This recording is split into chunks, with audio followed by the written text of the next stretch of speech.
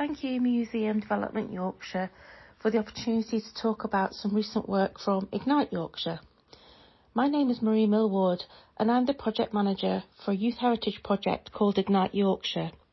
I work at IVE, an organisation you might know from their role as Yorkshire and Humber's Arts Council Bridge, but IVE are also the lead partner for Ignite Yorkshire, which is one of 12 Kick the Dust projects funded by the National Lottery Heritage Fund. The 12 Kick the Dust projects in the UK are finding new ways of connecting young people and heritage. Our project, Ignite Yorkshire, focuses on industrial heritage, and our mission is to ignite a revolution in how Yorkshire's industrial heritage is viewed, understood, enjoyed and looked after by young people. We take inspiration from the industrial past to develop skills for the future. Back in 2019, we started to work with Heritage Corner, who are experts in sharing African diaspora histories. Joe Williams established Heritage Corner and has successfully been running Black History Walks in Leeds for over 10 years. We worked with Heritage Corner initially on a scoping study looking at the connections between Yorkshire's industry and transatlantic trade.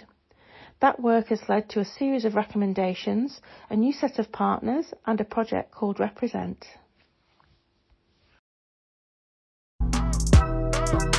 The Represent project was a collaboration between Ignite Yorkshire, the Leeds Industrial Museum, the Geraldine Connor Foundation and Heritage Corner Leeds, and it invited 15 participants aged between 16 to 25 to join us here and interpret items found in the Leeds Industrial Museum. I wasn't even interested in museums. Definitely changed my perspectives on race relations and also workers' rights in industrial mills. I've learned a lot. The fact that each artefact has its own story, has a reason for why it's literally here. There's so many more untold stories that definitely needs to be discovered.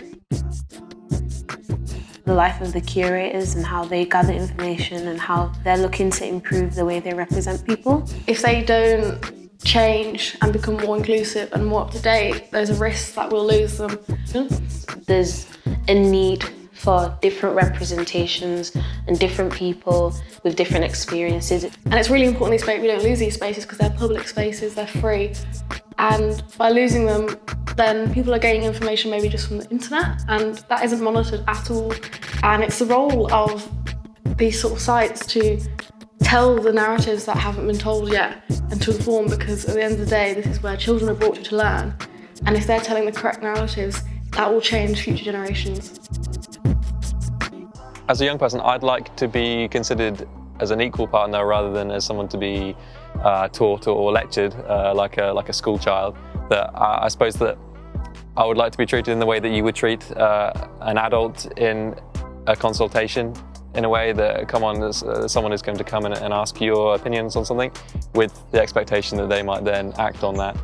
What actually happened was that young people came in, they asked some really, really good questions about the museum and about how the cultural sector works, and really started to make me and my colleagues here think about how we can better represent some of the stories, the voices that were coming out of the project as it took place. When we're talking about listening to young people and their lived experiences, it's something traditionally we haven't done very well as a museum.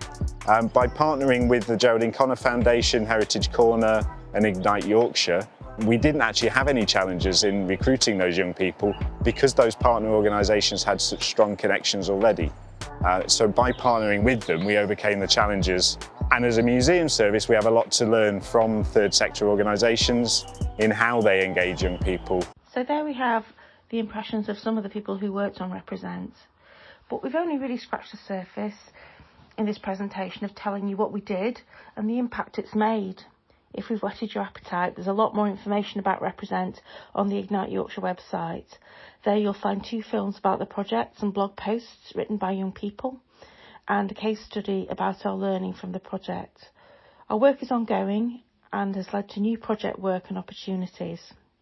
I'm going to pass over to Gina to have the last word about Represent. Because I think this is a movement. The fact that us as young people, we all came together, we shared ideas, we were able to tell the curators, okay, there's a lack of representation here. How can we as young people help you represent us in the best way? because it's important. Going into these museums, I don't see a lot of myself, you know, and it would be really, really great for us to kind of, well, which is happening anyway, us developing these ideas, and maybe in 5 years or 10 years time, you know, there's a story about someone who looks like me.